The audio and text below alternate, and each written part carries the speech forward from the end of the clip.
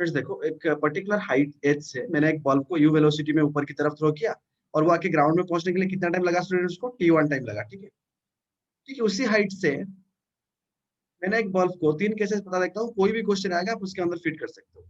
वही H height से मैंने एक बॉडी को यहाँ से यू वेलोसिटी में नीचे की तरफ थ्रो किया, करेक्ट, और वो आगे यहाँ पर पहुंचने के लिए कितना टाइम लगा? लेट t2 टाइम लगा। अंडरस्टूड? ठीक है। And one more thing you see, ठीक उसी हाइट से ये h है, करेक्ट, और मैंने एक बॉडी को क्या किया? फ्री फॉल किया। क्या किया स्टूडेंट्स? Free fall. और वो नीचे आके पहुंचने के लिए कितना टाइम लग गया? t3 लिया। वो पूछ रहा है कि तीनों के बीच में रिलेशन निकालो, find the relation between t1 t2 and t3। शायद मुझे लग रहा है कि पिछले बार साल आया था ये क्वेश्चन। ठीक है, फिर देखो यहाँ पर आप क्या करने वाले हो। नॉर्मली अगर मैं इस तरह के एक क्वेश्चन दे दूं कि 10 मीटर ऊंचाई से एक बॉल को थ्रो किया, तो आप क्या करोगे? पहले यू पता है तो आप time of pass time of descent निकाल दोगे, है कि नहीं? हाँ, यहाँ पर आने के लिए कितना टाइम लगेगा? आप पार्ट पार्ट करके क्वेश्चन को डील करोगे, गेटिंग माय पॉइंट ना? फिर यहाँ से वेलोसिटी जब इतने टाइम में फ्री फॉल करेगा यहाँ से, फिर यहाँ पर पहुंचने के लिए कितना टाइम लगेगा? सो 3-4 स्टेप में आप क्वेश्चन को बनाओगे, फिर आप निकालोगे एच कितना है, गेटिंग और नॉट। और यहाँ पर आप H is equal you square by 2g करके निकाल दोगे, यू में अगर जा रहा है तो ये हाइट कितना होगा। गेटिंग माय पॉइंट ना स्टूडेंट्स? अगर मैं ये क्वेश्चन आपको दे दूं तो आप इस तरह सॉल्व करोगे ट्रेडिशनल वे पे। बट अगर मैं इसको एक ही इक्वेशन पे लिखूं, if I want to represent all the equation, तो इसीलिए मुझे वेलोसिटी वेक्टर की तरह ड्रिल करना होगा। अगर मैं ऊपर की साइड को, ये रेफरेंस है मेरा, ये लाइन ऑफ रेफरेंस है मेरा, अगर ऊपर साइड को पॉजिटिव ले रहा हूँ, नीचे साइड को क्या लूंगा? Negative, correct? या नहीं तो फिर अगर ऊपर साइड को नेगेटिव ले रहा हूँ, नीचे साइड को क्या ले लूंगा? पॉजिटिव। चलो दो केस यूज करके मैं ये इक्वेशन लिखता हूँ स्टूडेंट्स। फाइनली बॉडी यहाँ से यहाँ तक डिस्प्लेस हो रहा है ना, मान के चलो ये ए पॉइंट है, ये बी पॉइंट है, ये सी पॉइंट है। Finally body is getting displaced from A to C ना, करेक्ट? Yes sir. और इनिशियली मैं वेलोसिटी को किस तरफ दिया हूँ? यू दिया हूँ, ऊपर की तरफ। ठीक है, यस सर। और एक्सीलरेशन ड्यू टू ग्रेविटी हमेशा किस तरफ काम करता है? नीचे की तरफ ना। Yes down. और डिस्प्लेसमेंट भी किस तरफ? नीचे की तरफ ना, एच। यस तो अगर मैं ये वाला कॉन्सेप्ट दिमाग में सेट करूं तो नीचे वाले सारे चीज को मैं नेगेटिव ले लूंगा, ऊपर वाले सारे चीज को मैं पॉजिटिव ले लूंगा। ठीक है, तो मैं लिख सकता हूं यहाँ पर क्या? Minus H is equal to U t1 minus half G t1 square लिख सकता हूं।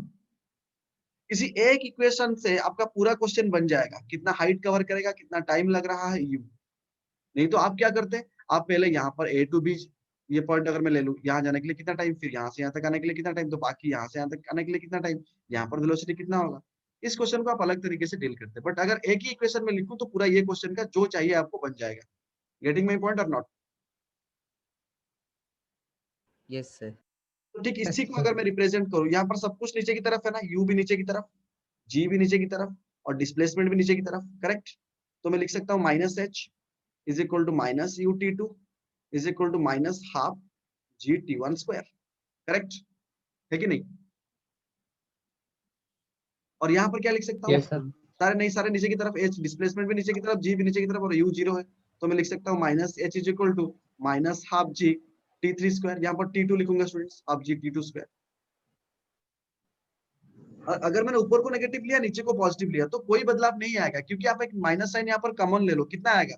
लिखा जाएगा H is equal to U t1 minus U t1 plus half G t1 square. बदलाव आया क्या इक्वेशन पे? बस एक माइनस साइन का। तो यहाँ पर क्या हो जाएगा? H is equal to U t2 plus half G t square, correct? कुछ मतलब आया क्या? दोनों इक्वेशन में कुछ चेंजेस है? नहीं, बस साइन की। यहाँ पर भी मैं लिख सकता हूँ H is equal to half G t3 square, correct? तो थ्रू आउट द मोशन एक एनालिसिस करना होगा हमें। अगर पूरा जी नीचे की तरफ, अगर मैं नीचे की तरफ नेगेटिव ले आऊं तो माइनस जी ले लूंगा मुझे। चलो हम इस क्वेश्चन के ऊपर चलते हैं। t1 t2 t3 में क्या रिलेशन है? ठीक है फ्रेंड, फास्ट बॉडी के लिए हमने इक्वेशन क्या लिखी है? देखो यहाँ पर मैं और एक बार यहाँ पर आरएस करके लिखता हूँ। हम ऐसे लिख सकते हैं H is equal to minus U t1 plus half G t1 square लिख सकते हैं ना, फास्ट बॉडी के लिए, करेक्ट? लिख सकते हैं कि नहीं? सेकंड के लिए क्या लिख सकते हैं, h is equal to ut2 plus half g t2 square, correct है कि नहीं स्टूडेंट्स। और थर्ड के लिए क्या इक्वेशन है,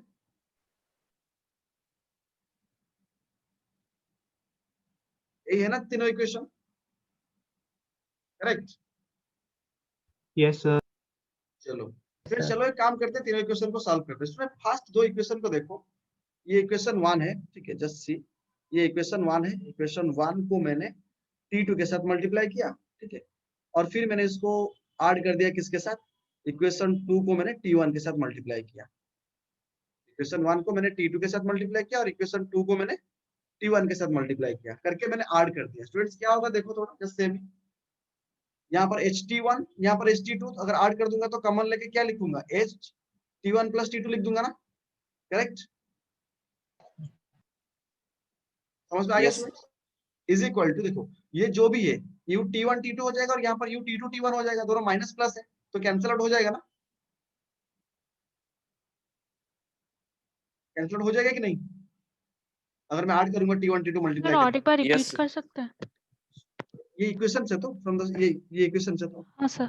इक्वेशन 1 जो है, इक्वेशन 1 मैंने क्या किया, t2 को मल्टीप्लाई किया, तो जब t2 को मल्टीप्लाई करूंगा तो क्या होगा, जस्ट सी क्या लिखेंगे हम, ht2 लिखेंगे माइनस u हाँ t1 सर। t2 लिखेंगे plus half g t1 square into t2 लिखेंगे, है ना, नहीं है कि नहीं। हाँ सर। और सेकंड में क्या लिखेंगे, h t1 लिखेंगे, u t1 t2 लिखेंगे, half g t1 square into t2 square into t1 लिखेंगे, करेक्ट। जब ऐड कर दूंगा तो ये तो प्लस प्लस रह गया, h कॉमन ले लिया, t1 प्लस t2, और ये कैंसिल आउट हो जाएगा ना, minus u t1 minus u हाँ t2, सर कैंसिल होगा। तो कैंसिल हो जाएगा, तो बाकी इसको लेते हैं, तो यहाँ पर क्या हो जाएगा, half g t1 square into t2 plus half g t2 square into t1, ऐसे होगा ना, यस सर। करेक्ट। तो अगर फिर मैं इसको और थोड़ा सिंप्लीफाई कर दूं तो ऐसे लिख सकता हूँ, half into t1 plus t2 is equal to half g t1 और t2 कॉमन लाया मैं, तो अंदर पे क्या रहेगा, t1 प्लस t2 रहेगा ना, getting my point, half g t1 t2 common ले आया, तो ये t1 t2 को कैंसिल कर सकता हूँ ना, h कितना आया finally, half g t1 t2, और यहाँ पर h क्या निकाले थे, half g t3 square, h क्या निकाले थे, half g t3 square, getting. इन दोनों को अगर कंपेयर कर देंगे तो कितना आएगा, यहाँ पर देखो, half g t3 square is equal to how much, half g t1 t2, half g cancel, तो t3 is equal to how much, root over of t1 t2। समझ पे आ गया, यस सर। सर वो आपने एक बार वो इक्वेशन वापस पढ़ सकते हैं? क्या क्या क्या सर मतलब जस्ट ये क्वेश्चन आप ट्राई कर लेना, बट इस क्वेश्चन के लिए जो चाहिए, सर डिस्प्लेसमेंट। एक होता है एरिया, एक होता है स्लोप। तो velocity time sir graph slope acceleration. Velocity time graph का एरिया क्या देता है, डिस्प्लेसमेंट, करेक्ट। और स्लोप क्या देता है, acceleration. Acceleration. Acceleration time graph का एरिया क्या देता है, वेलोसिटी। स्लोप ऐसा ही कुछ नहीं है, ठीक है। Change in velocity. और डिस्प्लेसमेंट टाइम ग्राफ का, सॉरी स्पीड टाइम ग्राफ का, स्पीड टाइम ग्राफ का एरिया क्या देता है, डिस्टेंस देता है। और डिस्प्लेसमेंट टाइम ग्राफ का, सॉरी वेलोसिटी टाइम ग्राफ का एरिया क्या देता है, डिस्प्लेसमेंट, यस सर नो। और slope of distance time graph क्या देता है students, slope of distance time graph क्या देता है, वेलोसिटी। स्पीड। अगर डिस्प्लेसमेंट टाइम ग्राफ होगा तो slope of displacement time graph velocity.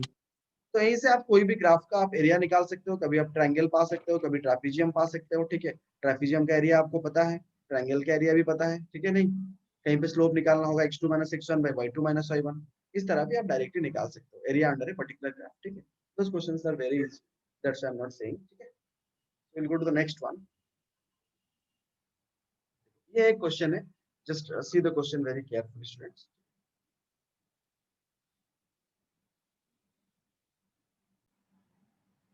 A car accelerates from rest at a constant rate alpha, okay, for some time, after which it deaccelerates at a rate beta to come to rest.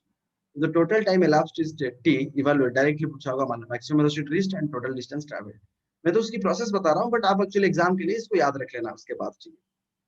Student मान के चलो वो t1 time के लिए accelerate कर रहा है और t2 टाइम के लिए ये एक्सीलरेट कर रहा है, ठीक है। तो चलो उसका वेलोसिटी बना देते हैं, वेलोसिटी टाइम ग्राफ बना देते हैं। तो मान के चलो उसने ये ओरिजिन है, t1 टाइम के लिए एक्सीलरेट किया, ठीक है, and this is the point a late.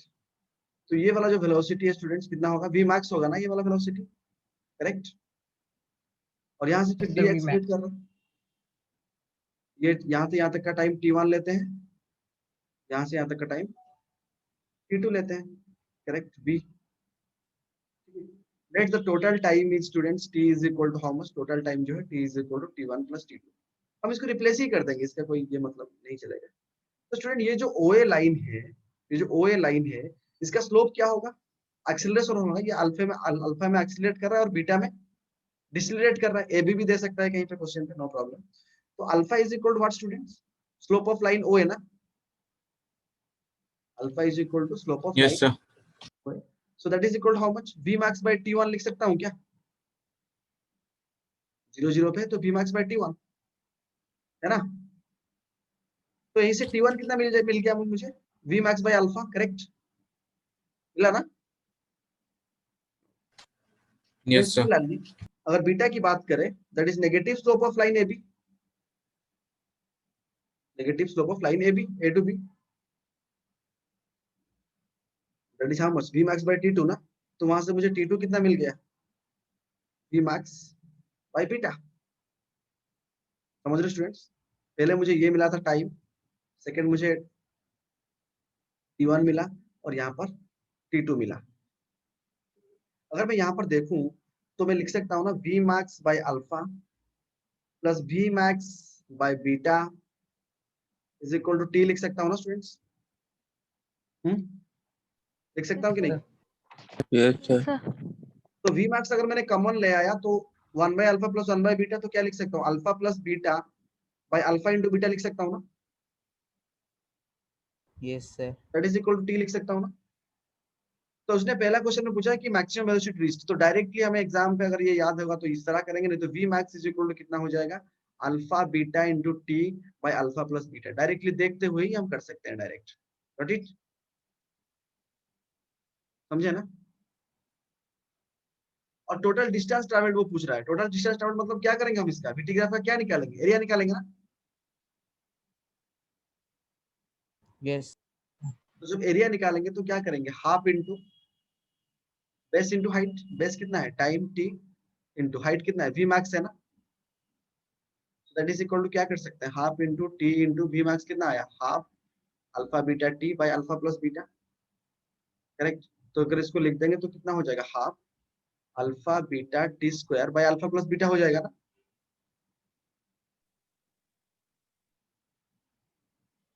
समझ लिए स्टूडेंट्स कैसे डायरेक्टली क्वेश्चन देखते हुए करना। वो इस तरह ग्राफ देके भी पूछ सकता है ये, नहीं तो इस तरह थियोरेटिकल लिख के भी पूछ सकता है। A ball is thrown off from the ground, reaches a maximum height of 20 meter. Find its initial velocity, time taken to reach the highest point, its velocity just before hitting the ground. ये सब आप आराम से बना सकते हो। Ball is thrown off, reaches the maximum height in 20 meter. ठीक है, तो क्या फॉर्मूला है सारे जब बॉल थ्रो किया जाता है, time of ascent is equal to U by G, पता है आपको, H is equal to how much, U square by 2G, correct. Velocity just before reaching the ground, 2GH, यही है ना। पहले में क्या पूछा है, इट्स इनिशियल वेलोसिटी, 20 मीटर जा रहा है ना, तो क्या होगा initial velocity,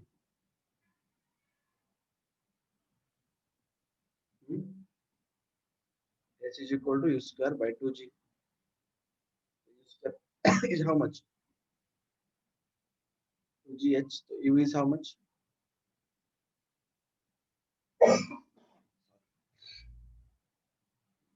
2 into G into H root over, कितना हो जाएगा स्टूडेंट्स देखो तो,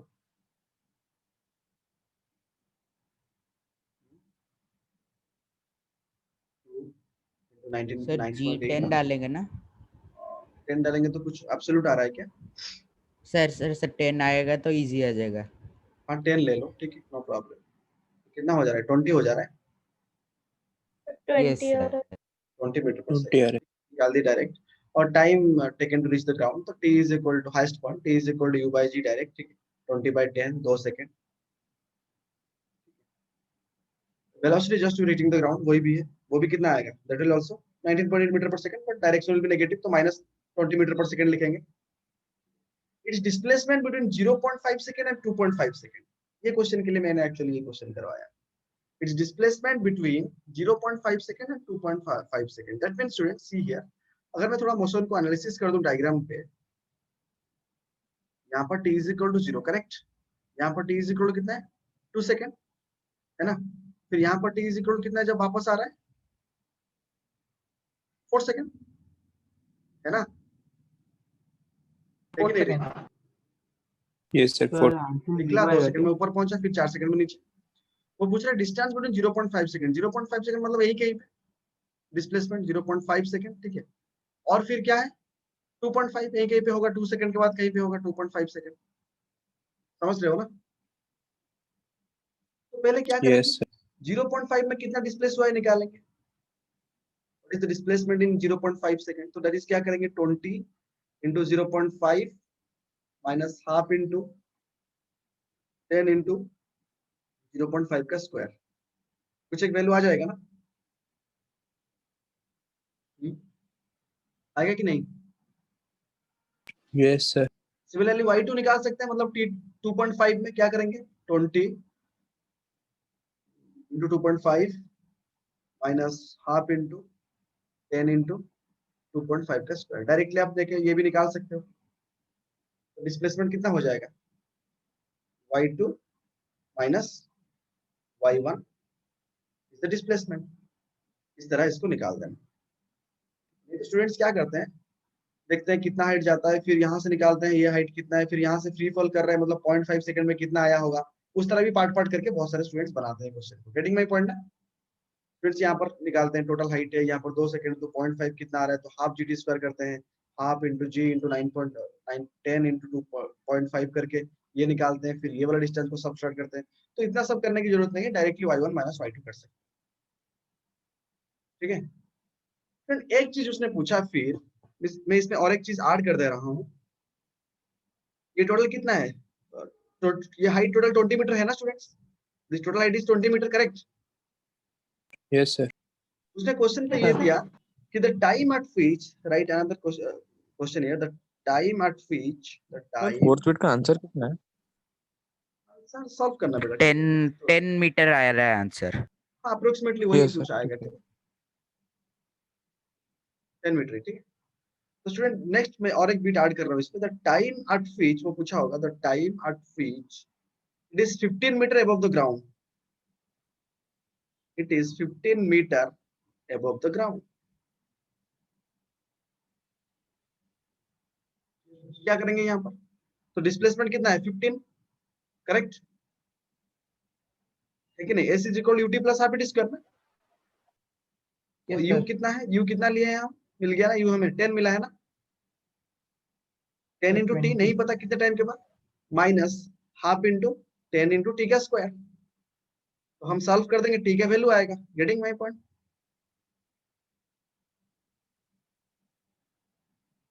समझ पा रहा students. Yes yes sir sir. तो Yes, यहाँ sir. पर टी का 2 वैल्यू आएगा, कीप इन माइंड, ये जो इक्वेशन में you will be getting 2 values of T, समझ पा रहा स्टूडेंट्स। इसको अगर हम क्वाड्रेटिक इक्वेशन को सॉल्व करेंगे तो टी का 2 वैल्यू आएगा, एक वैल्यू क्या होगा जब जा रहा है, ठीक है, और एक वैल्यू क्या होगा जब आ रहा है, you will be getting to values, समझ ना। तो वो क्वेश्चन में पूछ सकता है व्हाइल रिटर्निंग या फिर व्हाइल गोइंग, ठीक है, समझ पाया, तो कंफ्यूज नहीं होना है दोनों को टाइम में, गॉट इट ना। Yes sir. यस नेक्स्ट इस तरह की क्वेश्चन देखो, जस्ट बैलून वाला क्वेश्चन देखो, just read the question. A balloon starting from the ground, that means u is equal to 0, has been ascending vertically at a uniform velocity of 4.5 metre per second. Friend ये भी दे सकता है question में, 4.5 metre per second uniform velocity दे दिया, मतलब आपका काम आसान कर दिया। कहीं कहीं पे कुछ क्वेश्चन पे ये देता है कि starting from rest A balloon is ascending at a rate of this much meter per second square for 3 seconds। Getting my point ना, उसने यहाँ पर डायरेक्टली वेलोसिटी दे दिया, मतलब जब ये बैलून ग्राउंड से निकला, जितना वेलोसिटी था बैलून का, ठीक है, बैलून का जितना वेलोसिटी था, अभी यहाँ पर जाने के बाद भी उसका वेलोसिटी उतना ही है, क्योंकि वो यूनिफॉर्म वेलोसिटी में जा रहा है। गेटिंग माय पॉइंट ना? लेकिन अगर उसने दे दिया कि balloon starting from rest accelerating at a rate of 2 meter per second square and after accelerating for a time is equal to 2 seconds, if stone is allowed to fall, that means balloon का उसी time पे velocity कितना था? v is equal to u plus 80 ना, 0 plus Yes, sir. 2 into 2 4 meter per second square। इस तरह भी question में जोड़ सकते हैं, लेकिन यहाँ पर मैं डायरेक्टली वेलोसिटी कांस्टेंट दे दिया। ये भी थोड़ा दिमाग में रखो, कहीं पे आ सकता है इस तरह के क्वेश्चंस, ठीक है? You can face this type of question। Vertical uniform velocity for 4.5 seconds and a stone let fall from it reaches ground in 7 seconds। तो यहाँ पर मैंने उसको छोड़ दिया था, तो जब ये यहाँ पर गया तो यहाँ पर बैलून की वेलोसिटी कितना है? 4.5 मीटर पर सेकंड। So 4.5 और जब मैं यहाँ से स्टोन को फ्लोर कर रहा हूँ तो it will be like this, ये स्टोन ऊपर जाके ही नीचे आएगा। दैट मींस इसका initial velocity of the stone will be how much? u is equal to how much यहाँ पर? 4.5। Getting my point? तो और ये यहाँ पर ग्राउंड पहुंचने के लिए कितना टाइम लगा उसको? t is equal to 0, ये t is equal to 7 second, है कि नहीं? फ्रेंड समझ पाया ना? Yes, sir. जब बैलून से स्टोन गिरा Yes, तो sir. दैट मींस बैलून थोड़ा ऊपर जाके ही यहाँ पर आएगा, मतलब बैलून इस साइड से स्टोन गिरा तो it will be moving a path like this. तो ये जो इक्वेशन है इसको हम किस तरह ट्रीट करेंगे? अभी मैंने जो बताया थोड़ी देर पहले t1 t2 t3 वाला जो चीज बताया, it will be like this ना, this is the displacement of the balloon, the stone. यहाँ पर t is equal to 0 लिए थे, यहाँ पर t is equal to t1 लिए थे, करेक्ट? तो क्या इक्वेशन लिखे थे यहाँ पर? Minus h is equal to क्या लिखे थे? ut plus ut1 plus half minus gt square लिखे थे ना हमें से, ऐसा कुछ लिखे था ना हमने, क्योंकि सारे नीचे की तरफ है, Yes. Sir, yes. h Yes, नीचे sir. की तरफ, g नीचे की तरफ और u ऊपर की तरफ, करेक्ट? तो Yes, डायरेक्टली उसी इक्वेशन को यहाँ पर पुट कर देना। बाकी जो करोगे तो कर सकते हो आप, 4.5 में जाएगा गिरेगा तो it will B lengthy process. तो अगर लेंथी वे पे करना है तो फिर मतलब समझ लो ना, एक क्वेश्चन दिया होगा फिजिक्स में 7-6 मिनट चला जाएगा उस क्वेश्चन के पीछे। क्वेश्चन को देखो एग्जाम पे, अप्रिशिएट द क्वेश्चन। अगर नहीं हो रहा है इसमें कुछ कंसेप्ट है जो मैं नहीं पढ़ा हूँ शायद, तो appreciate the question and go forward. लेकिन वहीं पे आप क्या करते हो? ओरीड हो जाते हो, सो दैट नेक्स्ट क्वेश्चन बनाने के लिए जो पहले की आप इसने जो मेहनत किए थे वो बेकार हो जाता है। तो बी काम and careful read the question. कहीं पे अगर आप टेस्ट दे रहे हो, डेमो टेस्ट, जितने भी सारे टेस्ट दे रहे हो, टेस्ट देने का ये मतलब है कि एक नया क्वेश्चन को फेस करने की एटीट्यूड क्या रहना चाहिए स्टूडेंट की। अप्रिशिएट द क्वेश्चन, ये सबसे बड़ा पॉइंट है। ईगो भी वहां पर नहीं आना चाहिए कि मैं इतना किया था, ये नहीं कर पा रहा हूँ। It should not be like that. अरे यार, it's new type of question, appreciate the question and go forward. ये हमेशा हम स्टूडेंट्स को बोलते हैं। दिस एटीट्यूड एक्चुअली दिमाग को शांत रखता है। मुझे 300 से 300 आउट ऑफ नहीं रखना है जेईई पे, या 200 से 200 नहीं रखना है एनटीएससी पे, कट ऑफ क्लियर करना है, ठीक है? गेटिंग माय पॉइंट ना? तो देखो यहाँ पर अगर मैं डायरेक्टली डाल दिया यहाँ पर तो it will be how much? 4.5 आ रहा ना यहाँ पर, है कि नहीं? तो h इज इक्वल टू हम निकालेंगे h। अच्छा, h कितना होगा स्टूडेंट्स बताओ? तो यहाँ पर एक चीज देखो, balloon starts falling from the ground, the balloon starting from the ground has been ascending vertically at a uniform for 4.5 second. Friend वो 4.5 सेकंड के लिए एक्सीलरेट हो रहा है सर, यहाँ पर 4.5 सेकंड वेलोसिटी नहीं दिया हुआ है। गेटिंग माय पॉइंट ना? तो velocity is not given students, velocity is not given 4.5। अगर दे दिया तो काम और आसान हो जाएगा। गेटिंग माय पॉइंट ना? लेकिन वो जब ग्राउंड से शुरू हुआ तो कितने टाइम के लिए एक्सीलरेट हुआ स्टूडेंट्स? 4.56। लेकिन कांस्टेंट वेलोसिटी में जा रहा है। कांस्टेंट वेलोसिटी मतलब मान के चलो यहाँ से उसने u से शुरू किया। Getting my point? तो जब वो यहाँ पर पहुंचा तो उसकी वेलोसिटी कितना हुआ होगा? 4.5 u ना। Got my point? v is equal to u plus 80 ना। Yes, sir. और वो तो कांस्टेंट वेलोसिटी में जा रहा है तो acceleration is 0, so that means v is equal to u। और वो डिस्टेंस कितना मूव किया होगा? ये जो डिस्टेंस है जहां से गिर रहा है, ये डिस्टेंस 4.5 कितना होगा? s is equal to ut plus half it square। That means u और tu कितना है? 4.5 सेकंड। तो बैलून तो इनडायरेक्टली बैलून जो स्टोन जो है वो कितना हाइट से गिर रहा है? 4.5 u ना। समझे? Yes, sir. सर हाँ, सर 4.5 यू कैसे हुआ? वो तो यू से ऊपर गया तो वो ऊपर जाने के बाद भी तो यू ही रहेगा ना। नहीं 4.5 मैं डिस्टेंस की बात कर रहा हूँ यहाँ पर। डिस्टेंस 4.5 u में नहीं आ रहा है वो। यहाँ पर ओ पहुंचने के बाद डिस्टेंस, हाँ डिस्टेंस सर, है, डिस्टेंस इज 4.5 u, वेलोसिटी तो u रहेगा यहाँ पर, नो डाउट। हाँ सर दिस समझ u विल बी देयर, मैं डिस्टेंस की बात कर रहा हूँ। तो h की जगह पे क्या लिखेंगे, -4.5 u लिखेंगे ना, correct. Is equal to Yes, u sir. तो u है, उसको कितना टाइम लगा नीचे आने के लिए, 7 सेकंड। अभी तो आपको पता चल गया ना सर, 4.5 सेकंड तो जाने के लिए यहाँ पर लगा था, फिर 7 सेकंड क्यों लग रहा है। तो बेटा इसका मतलब ये है कि बैलून ऊपर जाके, स्टोन ऊपर जाके नीचे आ रहा है, समझ रहे हो ना। यहाँ से यहाँ तक 4.5 नो डाउट, बट ये जो एक्स्ट्रा टाइम है Yes, किस sir. लिए, ऊपर जाके जो नीचे आया। तो इसलिए u इंटू कितना करेंगे, यहाँ पर 7 करेंगे, है ना। Total time is 7 second, getting, plus half into minus G into T square, मतलब कितना, 7 का स्क्वायर। समझ पे आ रहा है, Yes, sir. समझ पे आ रहा है कैसे इक्वेशन कर रहा हूँ। छोटा सा इक्वेशन है, लेकिन जो छोटा छोटा चीज है ना, दैट मैटर्स। अगर इस तरह के क्वेश्चन नहीं किए होंगे तो दिमाग तो काम ही नहीं करेगा एग्जाम में। आई होप ये कर लेना चाहिए एनटीसी के लिए, क्योंकि लास्ट ईयर की क्वेश्चन अगर देखे तो it is going to be very understood. तो इसको स्टूडेंट सॉल्व करो, you will be getting you around 9.8 लो या 10 लो अप्रोक्सीमेटली, हमेशा आंसर निकालो। Sir, here this 7 second includes the total time of ascending and descending. Yes, मैं बैलून को जो स्टोन को थ्रू किया बैलून से, तो वो स्टोन जो है ना, वो बैलून तो ऊपर की तरफ जा रहा है, वो स्टोन थोड़ा ऊपर जाके ही नीचे आएगा। गेटिंग, टोटल Yes, यहाँ sir. से यहाँ तक 7 सेकंड, जबकि यहाँ से यहाँ तक 4.5 सेकंड हो सकता है, नहीं भी हो सकता है। गेटिंग, क्योंकि यहाँ पर एक बार यहाँ पर पहुंच जाने के बाद यू से ये ऊपर गया, बट जब यहाँ पर पहुंच जाएगा थोड़ा ना यू में गिरेगा, फिर वेलोसिटी बढ़ते जाएगा ना। तो यू डोंट नो कि यहाँ से यहाँ तक कैसे वेलोसिटी में जा रहा है, वो इंडिविजुअली हम पार्ट पार्ट करके निकाल सकते हैं। Understood. So you solve for u. A body falls freely from a height 125 meter. After 2 seconds, gravity ceases to act. That means student, अगर 125 मीटर की ऊंचाई से वो गिर रहा है, तो u is equal to 0, correct. और 2 सेकंड में वो कितना डिस्टेंस आया होगा, s1 is equal to how much, half g t square, is half into g 10 ले लो 4, that is 20 मीटर, ठीक है। तो 20 मीटर के बाद क्या होता है स्टूडेंट्स, ग्रेविटी एक्ट करना बंद हो जाता है 2 सेकंड के बाद। गेटिंग माय पॉइंट ना, यहाँ पर t is equal to 0, यहाँ पर t is equal to 2 second. उसने पूछा कि find the time taken by two reach the ground, तो क्या करेंगे यहाँ पर, तो यहाँ पर वेलोसिटी कितना हुआ होगा स्टूडेंट्स, यूनिफॉर्म वेलोसिटी में, बस यूनिफॉर्म वेलोसिटी में बाकी का गिरता जो है। टाइम है वो यूनिफॉर्म वेलोसिटी पे आएगा। तो आप 125 से कितना सब्सट्रैक्ट कर दोगे, 20 सब्सट्रैक्ट कर दोगे, तो बाकी बचा कितना, 105। गेटिंग माय पॉइंट ना।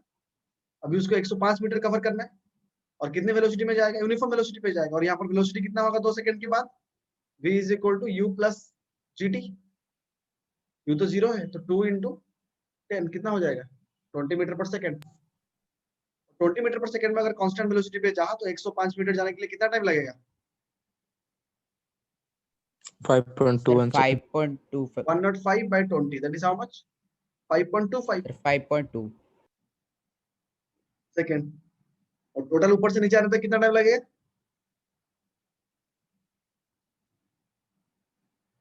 5.25 प्लस वो 2 सेकंड, 7.25। गेटिंग।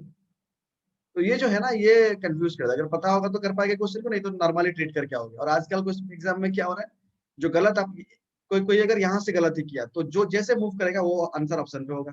कोई अगर यहाँ से गलत ही किया, जो गलत करेगा वो ऑप्शन भी होगा। तो बाकी जो 3-4 ऑप्शन रहता है ना, तो तीनों ऑप्शन तीनों गलत तरीके के आंसर रहता है आजकल एग्जाम में। कॉन्फिडेंस का यही मतलब होता है कि उसको जान लेना कि हाँ ये गलती करते हैं तो ये आंसर आता है, बट ये ऑप्शन नहीं होगा। That is the maturity, that is the confidence, ठीक है। स्टूडेंट नेक्स्ट क्वेश्चन पे चले।